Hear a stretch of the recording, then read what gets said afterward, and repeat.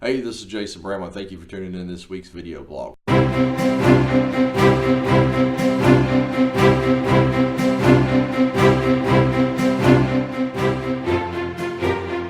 So one question I get a lot, especially from folks that are estate planning or coming to see me to settle in an estate.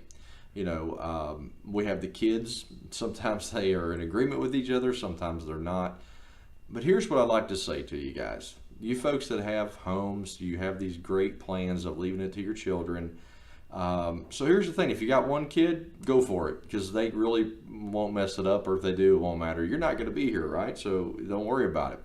If you have two kids, it usually goes pretty well, all right? Two kids can usually get together, especially if they're a boy and a girl. Typically, man, it's a great relationship, no problem.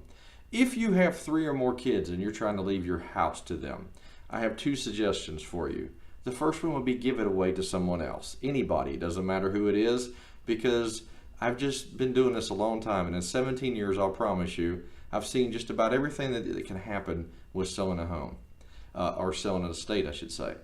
Or burn the house down. That's a better option than probably leaving it to your kids, especially if you have 4 or 5 or 6. I will promise you, now I'm kind of being kidding, don't burn your house down, but realistically, many of you think that you're doing a blessing and leaving something, a legacy or something for your children. And you just really have to look at it. If you got 3 or more kids and they don't get along, you're not really helping anybody out, I promise you. I've seen more families split over selling mom and dad's house over minimal to no money. It's amazing. It's not like these are, $18 million homes and we're in Beverly Hills. A lot of times we're talking about getting, less than $10,000. Come up with an alternative plan. Get a trustee. Get someone outside of the kids that will sell a house. And make sure the trustee does what you want and not what the kids want.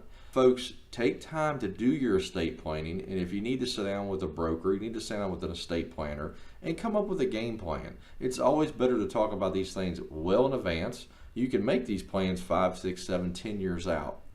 So anyway, this week's video blog, just a little humor, but it's reality, and I deal with it almost every single month we're selling estates. So if you need help in really working through the real estate part, get in touch with us. You can give me a call at 553-0796, and let's come up with a plan for after you're gone and make everybody happy in the process.